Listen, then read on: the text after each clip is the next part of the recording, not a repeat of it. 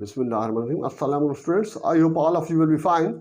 तो students today we are solving बेटा question number हमारे पास है 6 और एक्सरसाइज है 7.3 यूनिट 7। ठीक है, सेकेंड ईयर मैथ है एनालिटिकल ज्योमेट्री, तो एनालिटिक ज्योमेट्री चैप्टर का नाम है। तो स्टूडेंट्स इसमें कहा गया बेटा क्वेश्चन नंबर 6 में reduce the equation 3x + 4y - 12 = 0।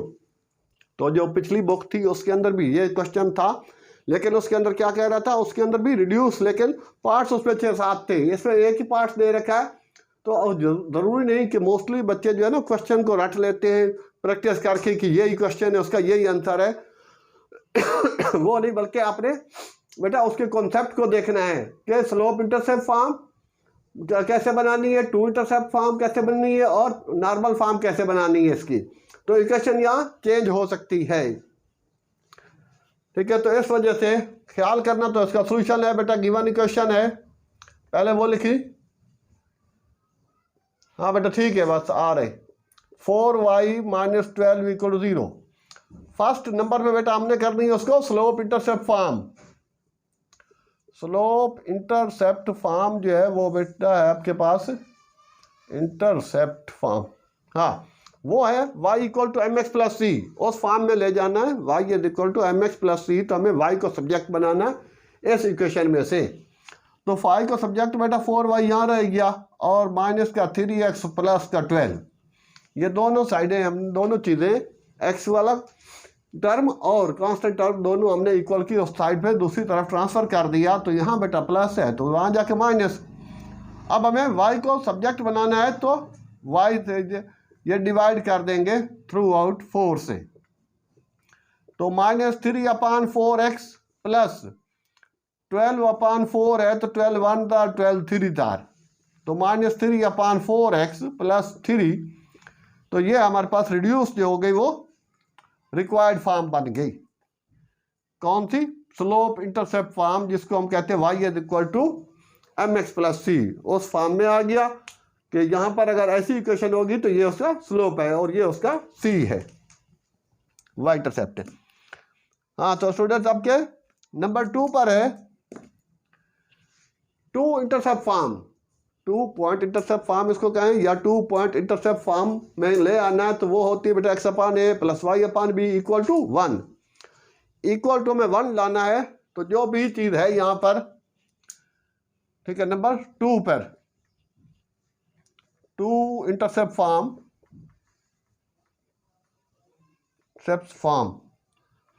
तो उसमें क्या है आपके पास 3x + 4y - 12 = 0। ठीक है, तो पहले 12 को उधर ले जाएं तो ये = 12 हो गया। अब बेटा यहाँ हमें 1 चाहिए, तो जो चीज़ भी होगी वो यहाँ डिवाइड कर देंगे, डिवाइडिंग बाई 12 थ्रू आउट, चाहे तो वो लिख लें आप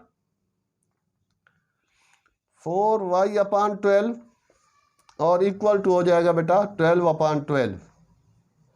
ठीक है, चाहे तो लिख लेना डिवाइडिंग बाई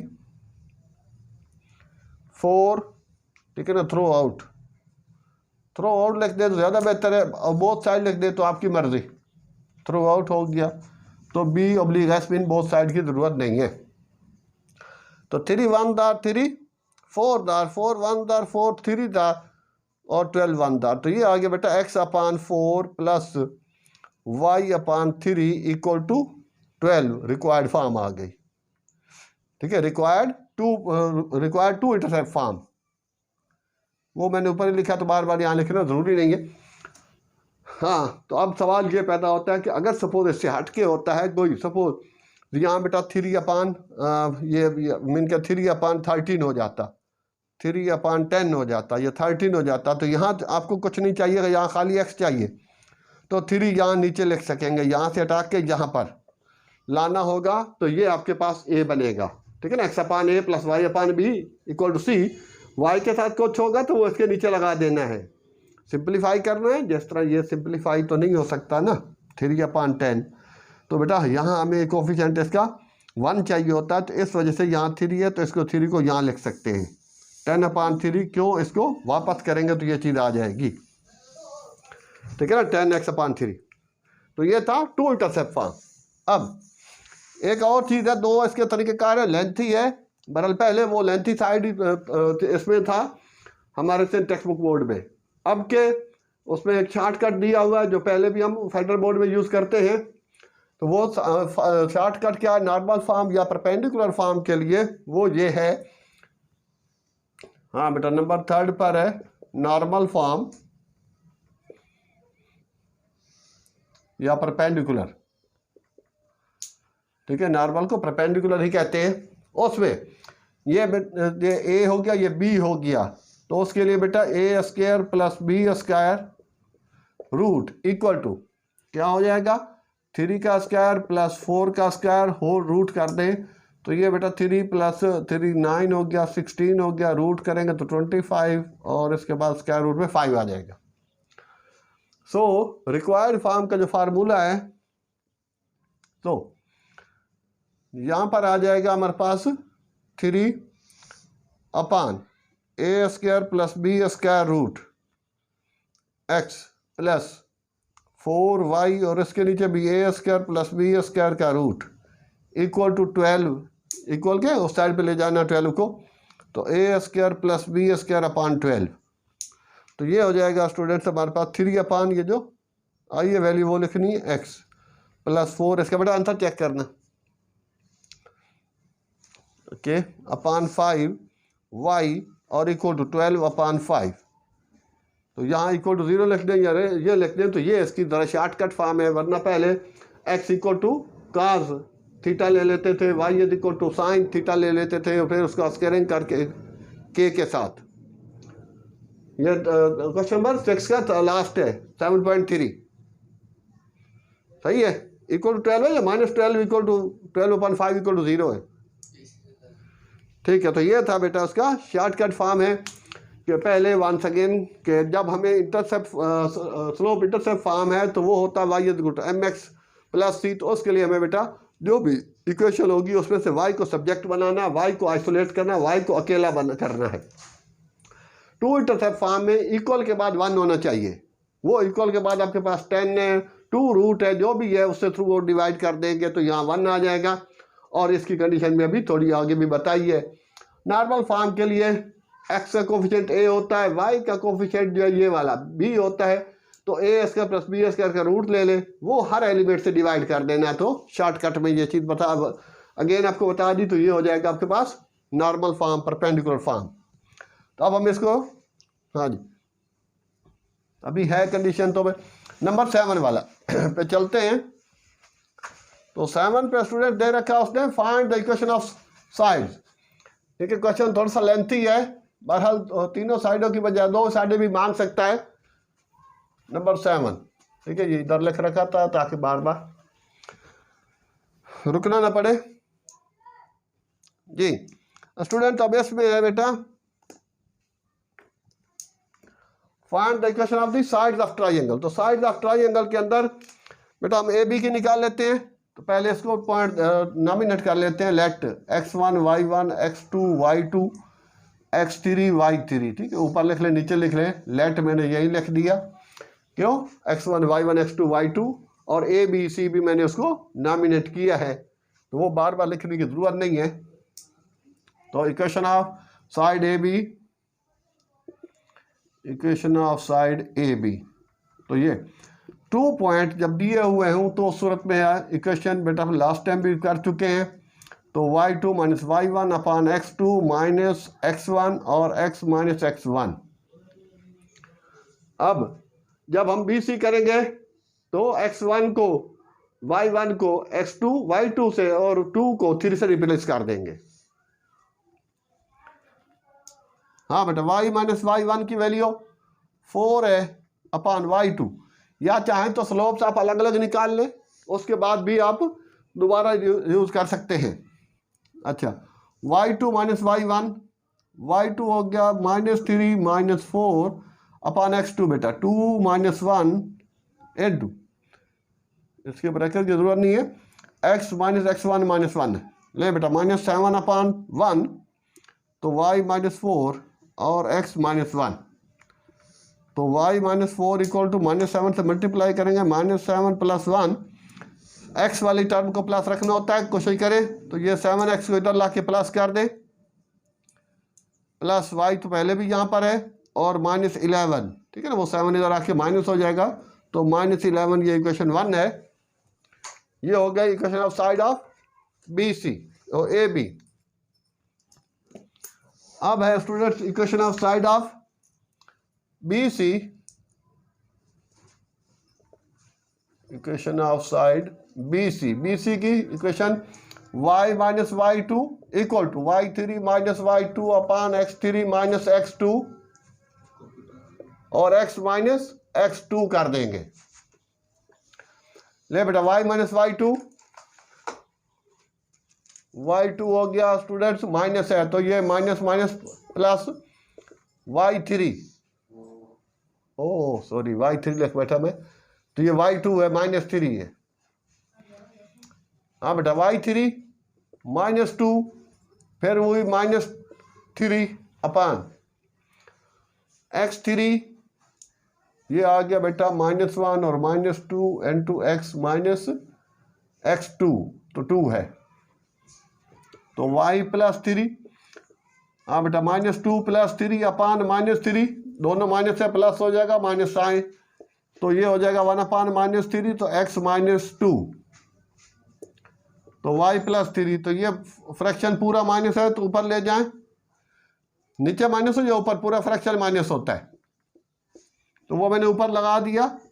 अब के बेटा क्रॉस मल्टीप्लाई कर दे इसको इधर, 3y + 9। हाँ बेटा आंसर चेक करना, -x + 2 इधर लाएंगे, x को प्लस रखना है, तो x + 3y और 9 - 2 = 0, x + 3y + 7 = 0। ये इक्वेशन सेकंड आ जाएगी, ये भी उसका आंसर है।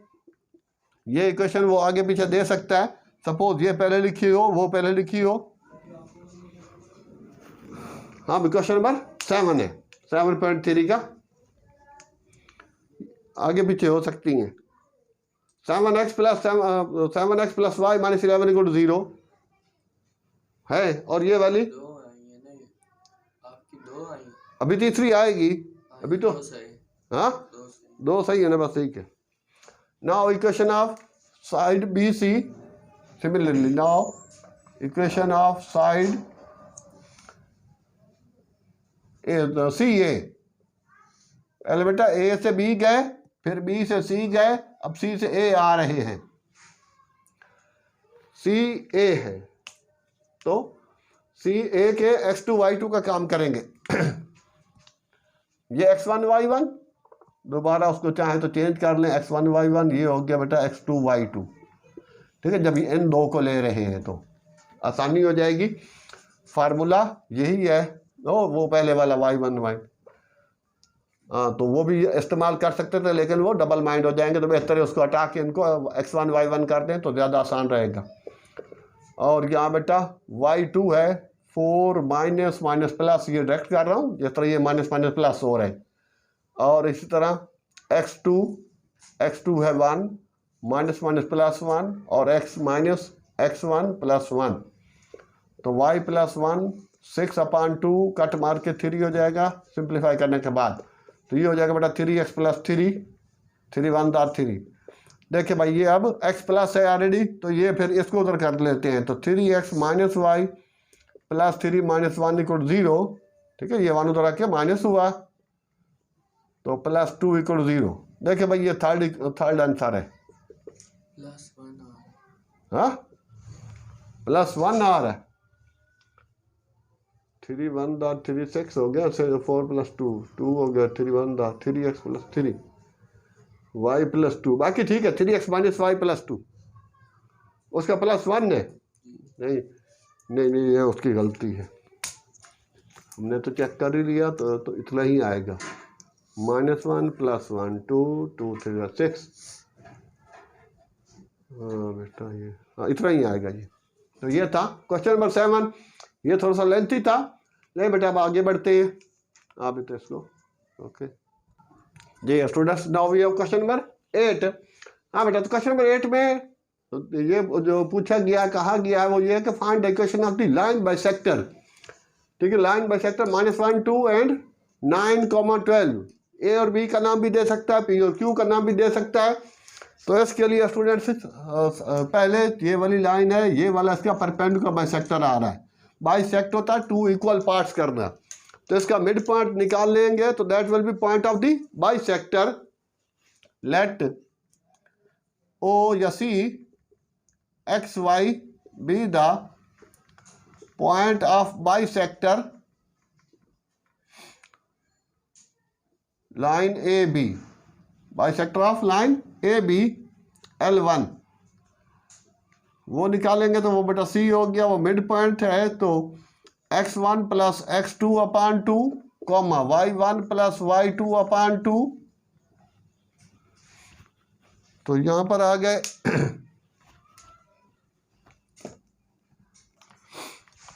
हाँ बेटा x1 की वैल्यू ये रही -1 प्लस 9 अपान 2 और y1 की वैल्यू बेटा 2 प्लस 12 अपान 2, तो ये 8 माइनस 9 माइनस 1 8 अपान 2 कॉमा 14 अपान 2, तो ये सिंप्लीफाई होने के बाद ये रह गया 4 सॉरी और ये बेटा 7, तो 4,7 ये पॉइंट आ गया उसका बाइसेक्टर 4,7।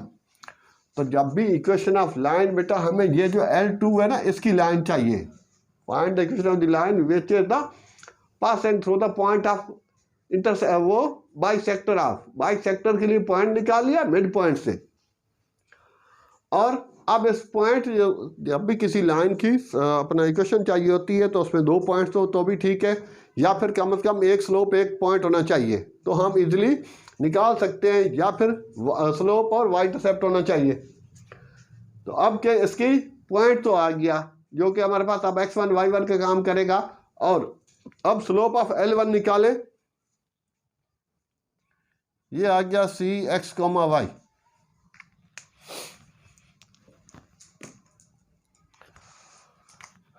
हाँ बेटा, and slope of a b, slope of line A b, तो वो हो जाएगा बेटा m y2 माइनस y1 अपान x2 माइनस x1। ठीक है, 2 पॉइंट से स्लोप निकालना है, तो y2 हो गया खैर से हमारे पास 12 माइनस 2 अपान x2 9 माइनस और -1, तो ये ऊपर हो गया 10 और नीचे भी बेटा 9 प्लस 1 10, तो डायरेक्ट 10 लिख दे तो भी ठीक है, तो काट के हो गया 1। अब इसको नाम m1 का दे देते हैं। And slope of perpendicular bisector and slope of, ये परपेंडिकुलर उल्टा टी परपेंडिकुलर को कहते हैं, perpendicular bisector line L2 is M2 minus 1 upon M1। ठीक है, तो 1 को उलट करें तो 1 ही रहेगा, लेकिन सर साइन चेंज कर देना है। जब भी आपको equation of line the slope अगर दिया हुआ या निकाल लिया है परपेंडिकुलर के लिए, उसको उल्टा भी कर देना, साइन भी चेंज कर देने हैं। तो 1 को उल्टा करेंगे तो 1 ही रहेगा, तो साइन चेंज कर देना। तो नाउ इक्वेशन ऑफ L2, ठीक है, परपेंडिकुलर बाइसेक्टर लिख रहे हैं तो भी ठीक है, तो वो हो जाएगा बेटा y माइनस y1। अब ये आपका x1 y1 का काम करेगा।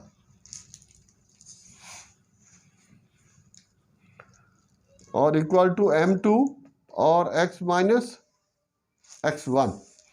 ले बेटा y माइनस y1 7 और ये -1 और x माइनस x1 4। ले बेटा इसका भी आंसर चेक करें, +4, तो y -7, यहाँ भी y माइनस का इधर लाएँ, प्लस हो जाएगा x प्लस वाई -7 -4 11। हाँ जी, मुझे तो लग रहा है यही चीज़ होगी, क्योंकि लास्ट बुक में भी ये क्वेश्चन था। हाँ बेटा चेक करें ज़रा जल्दी से, ताकि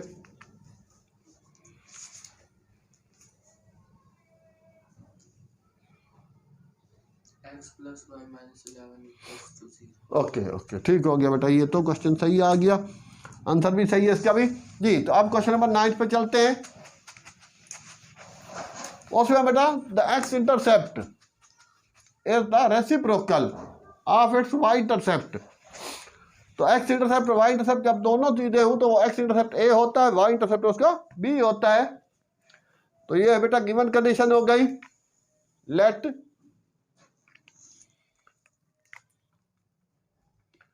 एक्स इंटरसेप्ट जो आमतौर पर बुक में दिया हुआ लेते हैं बेटा, लेकिन वो है ए इक्वल टू ए, और वाई इंटरसेप्ट वो हो गया बेटा बी। तो according to given condition x intercept is reciprocal, वो दोनों रेसिप्रोकल है तो दोनों एक दूसरे के उलट होते हैं। तो a is equal to 1/b using formula या 2 पॉइंट इंटरसेप्ट फॉर्म बेटा x/a plus y/b equal to 1। अब a को हटा के बेटा b आपने लगाना है तो 1/b लगाएंगे, क्योंकि वो x intercept of a line is reciprocal, वो उलट है। y/b तो ये तो बेटा b ही रहा अपान y, तो उल्टा करेंगे तो bx plus b/y equal to 1। तो b एलसीएम ले लें तो b² plus y equal to 1। तो b² plus y equal to b, ठीक है, ये हो गया इक्वेशन 1। अब बने, और वो कह रहा है कि and passing through as it passing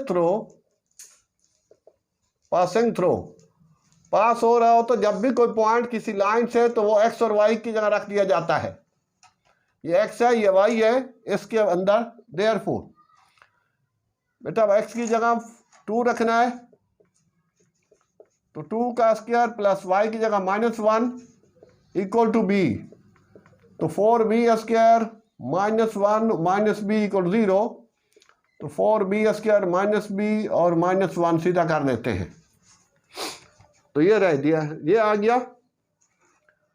हाँ बेटा ज़रा इंपॉर्टेंट क्वेश्चन है और थोड़ा सा लेंथी भी है। पहले मैंने उसने दिया है कि एक्स इंटरसेप्ट तो लेट हमने कर लिया a, y इंटरसेप्ट b, फिर a 1/b फार्मूले में लगा दिया। ये दिया एक्स इंटरसेप्ट रेसिप्रोकल है, उलट है। तो अगर एक्स इंटरसेप्ट a है तो y इंटरसेप्ट उसका ये b है, तो एक्स इंटरसेप्ट हो जाएगा 1/b। तो 1/b या फिर 1/a कर देंगे b की जगह, तो भी वो सारी इक्वेशन a में आ जाएगी। हाँ जी स्टूडेंट्स, हाँ बेटा, तो यहाँ बाय मिस्टेक ये हो रहा था, बाकी ये ठीक है। तो ये बेटा x पे स्क्वायर नहीं है, ये खाली b² x है, तो वो बाय मिस्टेक उस पर लग गया था। तो अब के ये बेटा हो गया 2b² और उसके बाद -b और -1 इक्वल 0। अब ये सिंपल क्वाड्रेटिक इक्वेशन है, इसको सॉल्व करके आपने b की वैल्यू निकालनी है। इसको सॉल्व चाहे तो आप क्वाड्रेटिक फार्मूले से करें, चाहे तो फैक्टराइजिंग से करें। तो आई थिंक फैक्टराइजिंग इजी होता है, शॉर्टकट में हो जाती है काम, हो जाता है काम। तो 2 1 था 2, तो 2 और 1 फैक्टर बन जाएंगे। तो बेटा 2² -2b और माइनस या प्लस b -1, ठीक है ना, पहले को आखिरी को मल्टीप्लाई करते हैं 2। तो हमेशा प्रोडक्ट से बीच में एक नंबर ज़्यादा हो या कम हो तो प्रोडक्ट और 1 के फैक्टर बन जाते हैं। तो ये 2 और 1 उसके फैक्टर बन गए। अब बेटा 2b कॉमन लें तो रह जाएगा b -1 और यहाँ 1 कॉमन ले लेंगे, तो ये चीज़ एक जैसी आ गई। तो फैक्टर ठीक है, b -1 और 2b प्लस 1 इक्वल 0। तो b -1 इक्वल 0, हर फैक्टर को इक्वल 0 रख के वहाँ पे बेटा वैल्यू निकाल ली जाती है हमेशा वेरिएबल की, वो x हो या b हो या a हो। -1 हो जाएगा और -1/2 हो जाएगा, ये b की वैल्यू आ गई। अब इनको बारी बारी पुट करते जाए, 1 में तो आंसर आता जाएगा। हाँ बेटा, now putting b equal to 1 in equation 1। तो इक्वेशन 1 बिकम या 1 b इक्वल टू 1, तो इक्वेशन 1 बिकम्स b आ सकता है। तो ये बेटा 1 का स्क्वायर, ठीक है, एक्स वाई सेम रहेगा, तो x प्लस वाई -1 इक्वल 0, एक आंसर ये आ जाएगा। और फिर बेटा वैन b इक्वल टू -1/2, तो -1/2 का स्क्वायर और x plus y equal to 1/2, तो 1/2 1/4 प्लस वाई इक्वल टू 1/2। ले बेटा 4 एलसीएम ले लिया, तो x प्लस 4y, ठीक है, जिसके नीचे कुछ नहीं होता एलसीएम उससे मल्टीप्लाई हो जाता है। तो 1/4x मीन x/4 है, तो जिसके नीचे एलसीएम होता है उसका ऊपर वाला हिस्सा सेम आ जाता है। 1/2, ये 4 को उधर भेज देते हैं, 4y = 4 मल्टीप्लाई 1/2।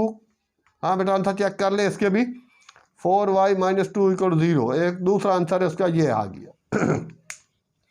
ठीक है, एक b की वैल्यू मैंने ये पुट की और एक फिर बेटा b की वैल्यू मैंने ये पुट की और इसको मैंने फैक्टराइजिंग से सॉल्व किया है। तो पहले भी उसको एक्सप्लेन कर चुके हैं। +2 आ रहा है, -1, ओ यस यस यस +2 आएगा, ओके, क्योंकि ये -1/2 तो ये माइनस, तो ये भी माइनस, ये भी माइनस, तो यहाँ पर भी बेटा माइनस होगा और वो 2 इधर आएगा तो प्लस हो जाएगा। ओके, बाकी वो ठीक है। ये x + y - 1 = 0। जी स्टूडेंट, इस तरह से हमने आज के लेक्चर में ये 6, 7, 8, 9 तक कंप्लीट किए। इंशाल्लाह नेक्स्ट लेक्चर के अंदर इसको कंप्लीट कर देंगे। स्टूडेंट्स तो जहाँ तक हो सके बेटा चैनल को शेयर करें, इसके अलावा भी और भी बहुत सी चीज़ें हैं, बार बार बताते हैं। ओके स्टूडेंट्स, थैंक्स, अल्लाह हाफिज़, बेस्ट ऑफ